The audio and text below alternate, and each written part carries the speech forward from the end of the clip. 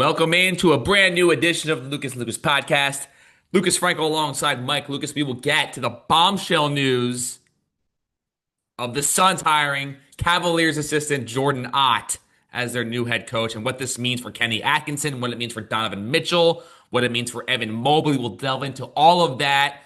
It is the number one pressing story going on right now. Jordan Ott leaving the Cleveland Cavaliers to become the head coach of the Suns. A possible Kevin Durant-less Suns. What does that mean for Devin Booker? What does that mean for the Ishbia family, who's going to take over the Chicago White Sox? We're going to get into all of that, but we have to start with the Knicks firing Tom. Is it Thibodeau or Thibodeau? What do you call him, by the way? Thibodeau. Tibbs. All right, I've heard it both ways, but I'll call him Thibodeau as well. The Knicks fired Tom Thibodeau, and I want to know if I would have told you before the season, let's say in September, maybe or early October, that the Knicks would go to the conference finals for the first time since 2000, be 2 wins away from going back to the NBA finals, and after all of that, Tom Thibodeau would be fired. What would you have said? I wouldn't have believed it, but I understand it. Does that make sense? You what I you if I are you saying if I would have told you that in early October, you would have understood that was a No, no, possibility? no. I'm saying early October I wouldn't have guessed it. I wouldn't have understood it. Now, in present day, knowing how things unfolded, I understand it. I don't like it. I understand it. The Knicks were built to beat the Celtics. That Mikal Bridges trade, the OG Anunoby trade, was built with one thing in mind, Frank. How can we get 6'7", 6'8", 6'9", lanky wing defenders to match up against Jalen Brunson? I mean, to match up against Jalen Brown and Jason Tatum. And ironically enough, you know who the Knicks beat? I just did a Cavs podcast. I'm sorry. Do you know who the Knicks beat in the playoffs to eliminate them the year after they won the championship, Frank? The Boston Celtics. So the Knicks built this team to accomplish one goal. This team accomplished said goal. Even with the Tatum injury, they were about to be up 3-1. I know Boston blew leads in games one and games two, but they were about to be up 3-1 on the team. This team was assembled to beat. And then they faced an Indiana team that was a terrible matchup for them. A team that's been red hot throughout the playoffs, is playing above and beyond any of our wildest imaginations. They beat New York at home in game one in dramatic fashion. They win game two. The series goes to six. They eliminate the Knicks. And New York looks at their roster, looks at the coaching staff, looks at the landscape of the Eastern Conference and says, I think that's about as far as Thibs can take us. And that's not good enough because we are paying a luxury team or a team that's going to be in the luxury tax, an incredibly expensive team. We gave up all our future assets for Mikal Bridges. We need more. And when a roster is that deep into its financial construction to where you're limited in what kind of moves you can and can't make, it's a lot easier to change the head coach than it is to try and find a trade that actually makes you better on the basketball court. So I understand the firing, Frank. I don't like it. I thought Tibbs did a pretty good job. I at least, like I said, big picture wise, understand the thinking. But no, if you had told me in October, November when the season started, this team would beat the Celtics, make the Eastern Conference Finals, and Tibbs would still get fired, I would have laughed at you. What I want to know is because the Knicks they had get game one against Indiana won. They were up by 9 points with 50 seconds to go. It was like if you look at the history of the NBA, it was the single most historic collapse, Ever. but yeah, ever. So if the Knicks would have won that game, obviously it's impossible to say how that would have changed the complexion of the series. But based on everything else that happened in the rest of the series, I'd say it's somewhat reasonable to probably assume that the Knicks would probably have gone advanced to the NBA final. So what I want to know is how far would the Knicks have had to made it this season in order for Tom Thibodeau to keep his job? Did they have to win the championship? Did they have to go to if you saying if they would have beat Indiana, that he would Yeah. have kept his job, but no questions asked? Because it reminds me of like Joe Girardi in 2017 when the Yankees, they had a couple bad years there from 2013 and 14. They missed the playoffs, 15 lost in the wild card game. 16 missed the playoffs, and then 2017 it all sort of comes back together again after he led the Yankees to a championship in '09, and then the Yankees go back to Houston leading 3 games to 2, and you had heard about all the feelings about Joe Girardi going into that postseason, but he was 1 win away from going back to the World Series, and the Yankees, despite all that, despite the great feeling that I had after 2017 still made the decision to fire Joe Girardi. And what I always wondered is what would have took, because you heard that, him and Cashman were at odds with each other. And you could convince me that even if the Yankees would have won the World Series in 2017, that Joe Girardi still would have been fired just based on everything that I was hearing. So it's a tough spot. What really annoys me about the Knicks, not just from someone who covers or watches the sport, is the people in charge, aka Leon Rose, who I've never heard him talk. The lack of accountability is astonishing. Hmm. There is not a single, I think, executive in sports, period, that speaks to the media less and just somehow, some way gets away with just ducking any possible criticism and media attention. You don't see him anywhere. He hides. You don't hear him talk. It's pretty wild. And I can't get over the fact that Jalen Brunson was asked after the game they got eliminated on Saturday, do you think Thibs is the right guy? And he responded, like he said, is that a serious question? Yes, he's the right guy for the job. And then they still fire him. It Can, just leaves a lot of can I call a timeout real quick, Frank, on that? unanswered questions. It You have to ask the question. You're never gonna get an honest answer from the player. Like maybe Brunson. But based on the way Brunson really he could have said he could have answered it a certain way. He chose to answer it like No, I agree. I'm not saying Brunson was lying, but like you could have asked Cat that. Cat and Tibbs, I don't think see eye to eye. This is now the yeah, but I mean, second. who cares what Cat thinks? Cat's not the face of the team. Jalen Brunson's the face of the team. Cat made second team All NBA with him. I agree with you that Brunson's the face of the team, but it's not like But he's a nobody. that's the only. If you ask Tyler Kolek, their 11th guy on the bench, yeah, no one cares. But Cat's a pretty big name in that organization, and just No, because no, but Brunson, he's not nearly as big as I'm not saying Brunson's I'm not all the way saying up he here, is, Cat's down but here. I'm not saying he is, Frank. But we've also seen Donovan Mitchell give Quinn Snyder the stamp of approval, and then Quinn Snyder get fired. We've also seen in Cleveland last year, all the players in front of us said JB Bickerstaff's the right guy. Don't let him go. And then they all really wanted JB Bickerstaff fired.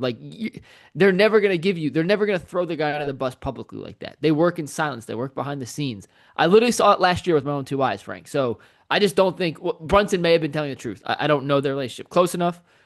All I know is we asked Donovan Mitchell at the end of last season when they lost to Boston, do you think JB Bickerstaff should be back to be your head coach next year? And Donovan Mitchell said, of course. Yeah, look what he's done. We've made improvements. We made the playoffs. Then we made the first round. Now we made the second round. We got to let the see as it goes. And on the back burner, Donovan Mitchell was campaigning harder than anyone else to get JB Bickerstaff fired. So, you can't take those answers at face value. All right, that's fair enough. I do believe that in the grand scheme of things, that Thibodeau, just based on his stubbornness and lack of ability to adjust, was never going to win a championship. And saying that if the Knicks win game one, who knows what would happen? I don't think they would have any chance against OKC. But I still don't. I just don't believe that his coaching style is conducive to winning a championship. He's been doing it for so many years. It's hard to believe that he's like 60. He's 67 years old. He doesn't look like it. He might as well be like 42 based on the way he looks. Obviously, his You think he looks young? I think he looks ancient. I mean, compare. He's got. He doesn't have any grades. I don't know if he dyes his hair. It's 100% Frank. No offense, as someone like you who's losing some of the hair on top of your head, you should know a bad set of hair when you see it, and that is completely dyed, jet black. The It's not beard jet is. black. He doesn't look that old. I was shocked when I heard how old he was. I was like, oh my God. Let me show you a picture of Thibs from like 10 years. I saw this the other day. Hold on, just filibust for 1 sec. It's Mike's favorite thing to do is just filibustering while he wastes time. But I don't know. I was surprised, but I would be. I don't know what the future holds for Thibodeau. Do I think he's going to do back to doing media? Possibly. I don't think. I never thought he was very good on TV. Frank, I'm sharing my screen. You ready? That's not 10 years ago. That's like 30 years ago. This was Tom Thibodeau as an assistant on the Celtics, No, it 2009. wasn't. No, it wasn't. That was not from '09. That was like from the '80s. I'm not. Listen, if it's on Twitter, it has to be real, right? That I saw that picture too. That was like from the early '90s or '80s. That's not. That's not. He's not that old. How long has he been coaching? That's what I'm saying. Like it sneaks up on you. Tom Thibodeau is 67 years old. He wasn't. He was coaching in the '80s. Holy hell! His first NBA assistant was with the Minnesota in '89, '91 before yeah. we were born. Hey, I'm telling you I'll that is I'll do not some digging on where that 2009. picture was from. I'll do some digging on when that was It's from. definitely not 2009. I'll tell you that right now. I've seen pictures of Thibodeau with the Celtics in '09. That is not what he All right. looked like. All right, so you just got schooled by social media. What else is new? But I wanted to lay out some potential candidates that I would really like to see being hired by the Knicks. The first one, and you can just give me your thoughts after I go through each guy, is Rick Brunson. I just think that would be absolutely hilarious. Jalen Brunson's father, Rick Brunson, was an assistant under Thibodeau. Never really heard him speak or do much, but I don't know any other team in the NBA has a player's father is on the staff. I don't know if that was a part of the agreement that Brunson signed, but I would find it hilarious if Rick Brunson got the job because what that would prove to me is that he is secretly calling shots from behind the scenes and sort of dictating things and wasn't happy with Thibodeau, and that would I would just find that hilarious if Rick Brunson ended up with the job. Yeah, from a content standpoint, I hope it happens. From a what's best for the Knicks as far as an organization goes, I don't. And like Doc Rivers coached his kid, but his kid wasn't to the level that Jalen Brunson is. I don't know how And then you he get other. traded him. I know, I know. Like I thought Doc handled it very well. I don't know how you could coach a team where your son's the best player. I just don't know how that works in an NBA level. Maybe it would, maybe it wouldn't. But from a content standpoint, I would love it. So the Knicks, you would think, don't make this move unless they have somebody in their mind better in mind, right? You would think that they're not just doing this because, all right, he's definitely not the answer. We'll go through the interview process and try to figure out who we think is the right. You think that they have somebody in mind, right? Conventional wisdom would say that. Conventional wisdom does not always apply to the Knicks, though. But yes, So I think so. If they do end up hiring Jay Wright, I think that all right, that would make sense. If Jay Wright gave inclination to Leon Rose, I saw a clip with Mad Dog Russo calling him Leon Hess, former Jets, late great Jets owner. I thought that was just hilarious. Mad Dog just he among more so than anyone else in sports media, he gets away with the mistakes I think more than anybody else. But that's beside the point. So if the Knicks wanted Jay Wright to coach Brunson and Mikal Bridges and Josh Hart, the same guys he coached when he won his winning championship with Villanova, and Jay Wright gave those indications to Leon Rose and James Dolan that, if you make a move or head coach, give me a call, I'm interested, then this would make a lot of sense to me. And it seems like the perfect fit on paper. Jay Wright coaching the New York Knicks and those Villanova guys. I think it'd be awesome. I actually think that's the best move if he's willing to come out of retirement. I know he said he hasn't wanted to coach in the NBA before, but how many chances do you get to coach in the NBA for the New York Knicks when three of your former players you still have very close relationships with are three of the better players on the roster? To me, that makes the most sense. It'd be the splashy New York hire. Jay Wright is an incredible basketball coach. Will it translate to the NBA? I don't know, but I'd be willing to take that risk to find out. The other college name that I heard circulating was Dan Hurley. And let me just say this right No, now. Dan Hurley would never no. work in the NBA. He is way too high strung. It is a players' league, not a coaches' league. And college is sort of becoming more of a players' league too. And we'll see how long, UConn. We'll see if Hurley's how he does this year after sort of a down season last year at UConn, given the heights they reached and given how the college landscape is changing more and more to be more player centric. If his style continues to be conducive to winning, that's why I just don't think. That his style is going to work in the NBA. So I would be shocked. And I don't think and Hurley essentially shot it down, I believe, in an interview. So he's not going there, but it would be interesting, but there's no chance he would ever succeed in the NBA. Once again, content wise, yes, I'm all in. Realistic, would that work? Could I ever see that making sense? No, no, and no. Frankie nailed it. The seemingly more realistic names, one was Michael Malone, Makes which sense. does not get me excited by any stretch of the imagination. I know that he was on, obviously the coach of the Nuggets for a while, had a new title, was on ESPN. That is to me like the guy that I would expect to be hired that just doesn't, do much in terms of an interesting standpoint. So Michael Malone, we'll see. The other name I saw floating around was Jason Kidd, and the only way I could see Jason Kidd being interested or taking this job is if he feels that the ownership situation in Dallas is so unstable that even with Cooper Flag coming, even with, a bright future seemingly in Dallas with Anthony Davis and, Klay Thompson and Kyrie Irving coming back in, February or March at some point, the only way I could see Kidd being like, I don't want to be here anymore is if he doesn't feel like ownership is stable in Dallas. Yeah, I mean, if the relationship was burnt from the Luka trade, if he was blindsided, like some reports indicate he was, and he's like, I just don't want to be with Nico Harrison long term, then sure. But Dallas is a much better basketball situation long term than the New York Knicks are. Like the Knicks are up against the second apron. They're gonna have to make a decision on Mikal Bridges. Is Cat a guy you feel you can actually win a championship with? All those questions are incredibly valid. To leave a state like Dallas or leave a team like Dallas, who's about to get Cooper Flag and should give you a franchise cornerstone at the most important position on the floor for the next decade plus, like there's no way you could leave. There's no way. So if I had to tell you right now, or I had to make you guess right now, who do you think is the coach of the Knicks next season? Who would it be? Johnny Bryant, a name you didn't mention. Is that another Cavs assistant? It is. So I Now, can't imagine. Oh, do you know snap. do you know his backstory real quick? No, I know nothing about him. He was with Donovan Mitchell in Utah. He was his head of player development for Quinn Snyder in Utah. Got an assistant coaching job with Utah. The Knicks hired him to be an assistant when they still wanted Donovan Mitchell, hoping that his ties with Donovan would help lure him to the New York Knicks. That obviously didn't happen. The Knicks beat the Cavaliers in the playoffs. Brunson surpassed Donovan Mitchell, got the big contract. They didn't have a spot for Donovan. So what did Kenny do? Kenny brought him to Cleveland to be his Donovan Mitchell liaison. He's outgrown an assistant coach position. He's ready to be a head coach. Apparently, he has great connections with a lot of the guys in New York.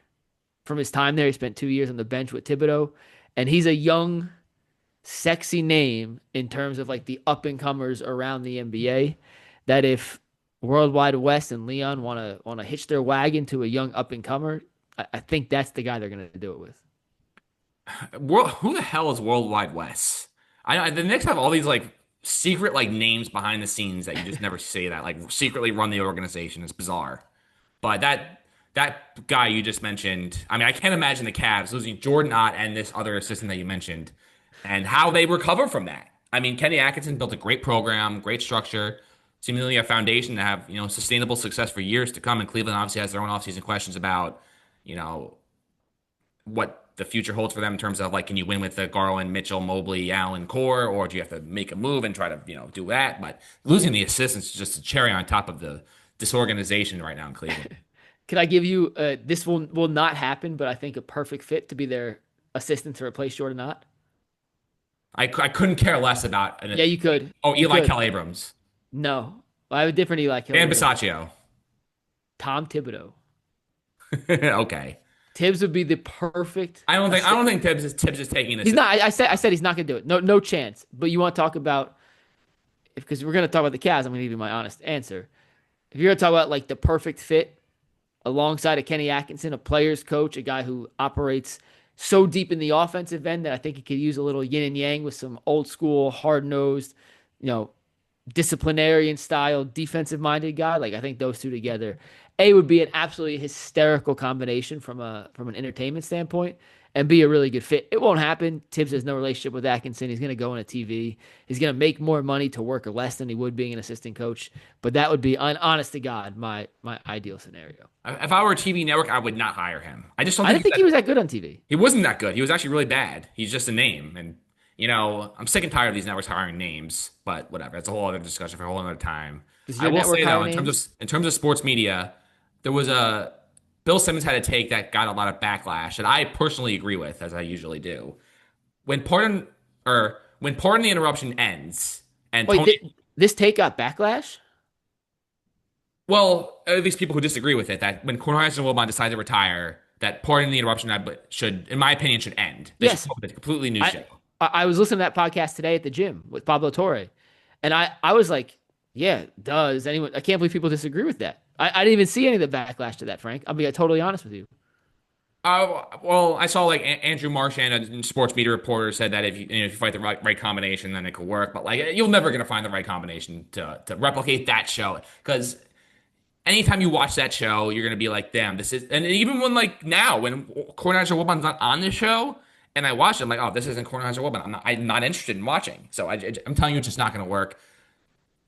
So first take, I guess, is the one sort of exception because Stephen A is that, you know, charismatic of a personality that he can sort of overcome losing partners like Skip Bayless and Shannon Sharp to still maintain that interest in the show. I don't personally watch it. Maybe if Skip was still on, I'd still be dialed in like I used to be, or I'm just over it. But I just don't think there's any way that that show can, at least for me, that I would be interested in watching that with those two guys not there. They have to come up with something different, in my opinion. Um, No, they're the OGs of it, Frank. Like, and as someone who works in TV, you understand how difficult it is to have nuanced, intelligent conversations in 90-second and 2-minute intervals. And those two found the perfect balance of giving you just enough on the surface level, but also weaving in some in-depth knowledge, some analytics, some statistics, their personal experience. It's really is an art form. It's an underrated art form. People just assume it's easy.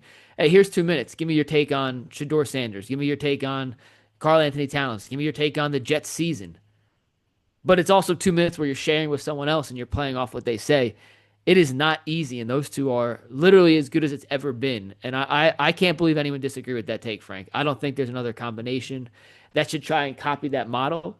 Go out and make a new show. I think Simmons even said it. They're like, come up with a new idea, please, please. yeah, it's a very fascinating time, and I always wonder, like Tony Kornheiser is one of those people, like literally he only does PTI in that one, IA on Sports Center. That's it. He doesn't do any other shows. You don't see him at ESPN in any other time of the day besides PTI and that one little Well, sports. Pablo Torre had the comment of the whole podcast? Kornheiser gets paid by the minute. He cares about how much he's getting paid by the minute. So when they ask him to work other shifts, he goes, "How long's the hit? You're paying me by per minute rate." So I'm curious if at this point he's making so much money that ESPN's like, it ain't worth it. Whatever he can say in that 2 minute B block hit, it ain't worth the price tag. I mean, it's fascinating because you just don't see like because Wilbon, you see him all over. He does get up, he does first take. You see him on the NBA coverage. Well, Yep. Kornheiser strictly PTI. It's pretty wild. Good for him.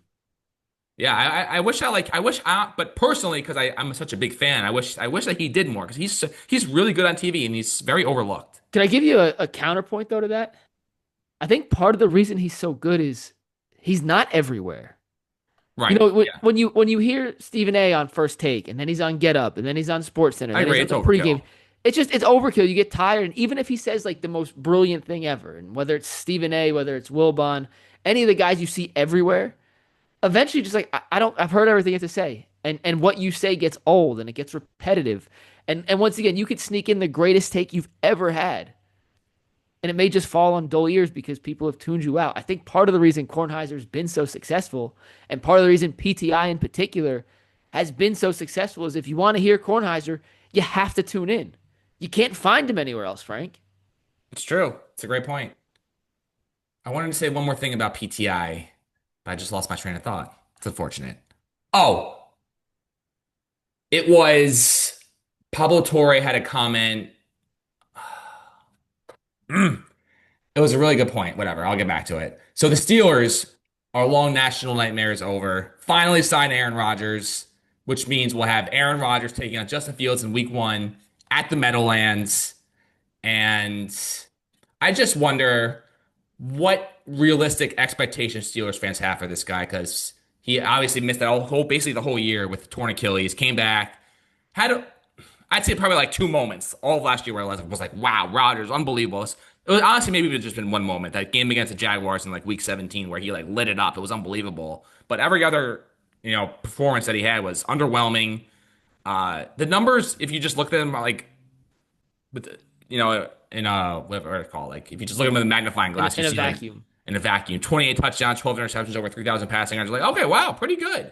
But the Jets had all these chances early in the season where they were in these games, and Rodgers had a chance late in the game to drive him down the field and potentially win the game, and he failed every single time. So, and Mike Tomlin has this history and this just track record of never finishing under 500, and this is going to be the final. It may be his last. Honestly, maybe his last ride, because he's been there for so long. We talk about longevity of coaches. Like most coaches don't last more than 5 years. Tomlin's been there. I He's going up on 20 years. So like if this Rodgers thing flames out, is that a situation where they're still so loyal to Tomlin that doesn't matter, or is this his last straw for Tomlin if I it doesn't work out? I think it is maybe not his last straw, but I think it's his last hurrah. And I think part of the reason they didn't draft a quarterback early was they drafted Kenny Pickett a couple of years ago that obviously flamed out. They haven't had any quarterback stability, and Tomlin just is like, I don't have the time to go through a couple more years of redeveloping. And if we're gonna keep being 9-8,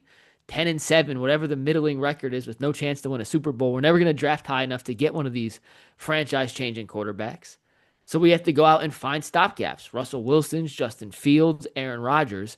And if that doesn't work, then I probably got to go somewhere else because we're going to keep being in this cycle, keep taking second chance, third chance, fourth chance, fifth chance quarterbacks and hoping they can have their reclamation project with us. And it hasn't happened yet. So I do think, in a way, it may not be Tomlin's final straw. Like, if this doesn't work, that's the nail in the coffin for his tenure in Pittsburgh. But I do think they've had enough trial and error at quarterback to know that, hey, if we're going to win, as good of a coach as Tomlin is, we have to be bad enough to get that guy. And we're never going to be bad enough because Tomlin's too good of a head coach. As for the expectations for Rodgers, Frank, do you know that if you put a blind resume test of Aaron Rodgers last season and Bo Nix next to each other, you would be almost impossible to tell which quarterback was which? Bo Nix had almost identical numbers. Look it up right now. Almost identical numbers to Aaron Rodgers. And if you watch their games and you watch the impact of those numbers, they could not feel more different. Aaron Rodgers' numbers felt completely empty, Frank, to your point. Anytime the Jets needed to play, he was nowhere to be found. Bo Nix, I know it was rookie season. A lot of his yards came behind the line of scrimmage, yada, yada. They made the playoffs with almost identical numbers. I don't care about the numbers. I care about what you do in the fourth quarter, what you do in clutch moments, what you do when the team needs a drive, needs to get some points on the board. Can you come through? Can you make third down conversion throws? Can you move the chains when needed? For Pittsburgh, they have to hope that another year removed from the Achilles injury gets him much closer to the Green Bay version of Aaron Rodgers than the New York version. And sometimes Achilles do take 2 years, so that would be the hope, Frank.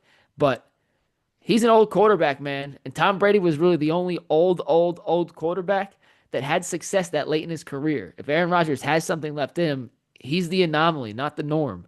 And the Steelers are taking a giant gamble, putting their entire reputation and the entire future of the franchise on the line with a guy who ran its course in New York and ended poorly, ran its course in Green Bay and ended poorly, and is coming off an Achilles injury that has derailed the last 2 years of his career. So you mentioned stats, and the main culprit or the biggest example of the reason why stats don't mean absolutely nothing, but mean, well, you really have to diminish the value of stats when you just look at them and see like, wow, look at those numbers. It's Kirk Cousins in 2000, and if you look at the stats from 2018 through 2021, let's call that 18, 19, 20. That 4-year period, he threw 30 touchdowns, 10 interceptions in 18, 26 and 6 in 19, 35 and 13 in 20. And then in 2021, I mean, 33 touchdowns, 7 interceptions, over 4,000 yards passing. I mean, that is those are like you just look at those shows, like, oh my God, he probably won MVP. That's how good those numbers were. But when push came to shove and you needed a Kirk Cousins big time drive, he failed every single time. And that's why you can't look at the stats and just be like, oh, and you can never judge a quarterback just based on the stats. And that's a prime example. And that's why, even though I respect your take on the Bo Nix Aaron Rodgers comparison, why in the grand scheme of things it means absolutely nothing. Well, did you look at the stats though? My point was that's what I'm saying. The stats are irrelevant. Like Rodgers' stats and Nix's irrelevant stats, on a relevant scale of 0 to 10. In terms of 0 being completely irrelevant, 10 being the most relevant, you say 0. I don't know, it's like a 3 or 4. Like, yeah, you want better stats, but stats can lie. Like the year Daniel Jones made the playoffs with the Giants, he threw like 14 touchdowns. Daniel Jones played relatively well. He converted third downs. He kept the chains moving. He was able to. I don't think Daniel Jones is that good, but he played well that season despite the fact his stats looked like a backup quarterback that came in for 8 weeks. Like Joe Flacco, his last month with the Browns in 2023 when they led him to the playoffs, threw 13 touchdowns, 8 picks. Joe Flacco was freaking awesome during that month, Frank. He threw a lot of interceptions, granted, and that is inexcusable. But he was making throws that we hadn't seen here in 2 years from Deshaun Watson. Like, the numbers tell part of the story, and the Rodgers numbers look good on paper. But as you mentioned, they were empty numbers. The Kirk Cousins stuff, empty numbers. Bo Nix, his numbers weren't empty. They were impactful, but because they look exactly like Aaron Rodgers, you can't say, just look at these numbers, he had a good season. That was what I was trying to say. Just because they have equal stats does not mean that one had a good season and the other one also had a good season. No, you could have the same stats and think one person played well and one person didn't. So the point I wanted to make about PTI earlier that slipped my mind was they're literally the only show that I could think of that can make their rundown and handle their show, basically talking about all this stuff that from the night before that had been rehashed all day on the network, and that seemingly is old news by the time they get to it, and they still managed to get away with it and succeed with it. It's literally the only show that I could think of that can manage to get away with that. In terms of a daily show that's dedicated strictly to like sports news of the day, and they rehash so many things that have been talked about at earnest the entire day. And by the time you get to 5:30, you're on to the next day, and they rehash it and get away with it. It's remarkable. I think part of the reason is the credibility that Wilbon and Kornheiser have established. You want to hear from them. Now, Wilbon does a lot of stuff after PTI. Does he ever do things before PTI, or is Yeah, I PTI? think he does. He's been on Get Up and First Take. So okay, then he has. That surprises me. I thought all the stuff he did was after, but yeah, it I mean, is. most of the time is NBA coverage, and It's post. Yeah, yeah. But I've seen him do earlier shows. but to my earlier point, it's a testament to how good those two are, to how respected those two are, and to how valuable those two have been to the overall media landscape. Frank, we don't have our jobs today without what they've done. I think I do, but that's beside the point. Maybe not you, but me. Um, NBA Finals begin in just a couple hours from our taping of this podcast. Everyone seemingly thinks it's going to be a mismatch. OKC is this juggernaut franchise. They have this executive who runs them from graduated from Emerson, which you can't really top that. Um, I guess the most interesting things to me in this series are if somehow, some way, Tyrese Halliburton manages to pull this off. This is an all time playoff run that will put him in like one of the best players, if not in the league. Just how he was able to beat the Cavs with all the odds stacked against him, and then go out against the Knicks and hit that shot in Game 1. And to me, it's a travesty he didn't win the Eastern Conference Finals MVP. And I thought Bill Simmons hit a nail on the head when he said that the MVP of these series should always go to the best player in the face of the team, unless it's so egregious that the other guy deserves to win. But we're arguing about conference finals MVP is not worth it. I just thought it was a joke that Siakam went over Halliburton. With all due respect to Siakam, who had a great series, I thought clearly should have been Halliburton just based on literally just on game one all by itself. And the other thing I'm interested in is Can I give you a stat on that real quick? Only because I'm very proud of it and it made it into the New York Times today. they credited you. No, so Jason Lloyd, who I do my Cavs show with, is the head of the Cleveland Athletic. He's also a national NBA writer for the Athletic. I gave him this nugget. He bought me dinner because I gave him this nugget, but I don't technically get credit because he says he can't credit Mikey McNuggets in the New York Times. But if Indiana is somehow able to beat OKC, Frank, big if, they'd be the first team to ever knock off multiple teams in the same postseason. Multiple teams in the same postseason with 64 or more wins. And if they beat the Thunder, they will have beaten 7 of the 15 All-NBA guys in this playoff run. They have Halliburton, who also made the All-NBA team. That would be 8 of the 15 All-NBA guys. Take Halliburton out, that's 7, 50%, first team ever to beat 7 All-NBA guys in one postseason, if they can beat the Thunder. Yeah, the only scenario, was in the New York Times. The only scenario I see for Indiana pulling this off is if SGA gets hurt. Literally, that's the only scenario I see that for the Pacers to win. I just think this is such a mismatch of talent that I would be shocked if it went more than 5 games. But again, that's why they play the games. You never know. I'm picking him in 5-2. OKC in 5. The other story I want to watch is how will people view the SGA Paul George trade if the Thunder win this? Because you see there's been obviously a million trades over the course of the NBA history, and a lot of people for years pointed to the Nets trade for KG and Paul Pierce as being one of the most lopsided trades ever. But if the Thunder win a championship with SGA, then that, I think, given the seemingly open path and how much better they can get over the next few years that the Thunder would have and all the assets that they have, that might turn into an even greater trade. And that when you look at the history of the NBA and what it turned into, Frank, I think it's greater already. I really do, and it's not going to end, and we're not going to be able to have a final. But if they don't win the championship, then it's not. No, that's what I'm saying. But if they win this, but either way, until this deal is fully has its teeth sunk in and all these picks have been cashed in, and Presti's going to keep turning 2 of these picks into 2 more picks next year and the next year, and it's going to keep on going because they have 2 top 15 picks this year. You know that, right? Right. They don't have two roster spots to add two top 15 picks. They're going to trade one of those picks and get two first round picks next year. And then they're going to probably trade one of those first round picks and get two. Like, it's a never ending deal. SGA already is a top 3 player in the NBA at worst. At worst. I think he's number 2 or number 3. It's Jokic, and then him and Giannis are 2, 3. And then you got the war chest of picks. SGA for Paul George, straight up. Obviously, when you traded for SGA, you didn't know he was going to be this kind of player, but in hindsight, right now it would take SGA for Paul George, and you have to attach 4 first-round picks to Paul George to make that trade. At least, right? 4 or 5. At minimum. And then they got the other 7 picks and pick swaps that they've turned into guys like Jalen Williams, who is their second best player on the team. They only tanked 2 years. That turned into Chet Holmgren. They've been so smart and so the Josh Giddey was one of those picks, by the way, who then turned into Alex Caruso. Like, that trade has literally built this championship roster, Frank. And yes, the Nets trade was terrible. The trade was made even worse when Prokhorov decided, you know what, I don't want to pay the tax. That was a joke, LOL. I told you all to go all in, but now I don't want to pay, so you got to sell. All those factors play a role. This is terrible, Frank. This could not have ended up worse for the Clippers. They gave up the better player and all the picks.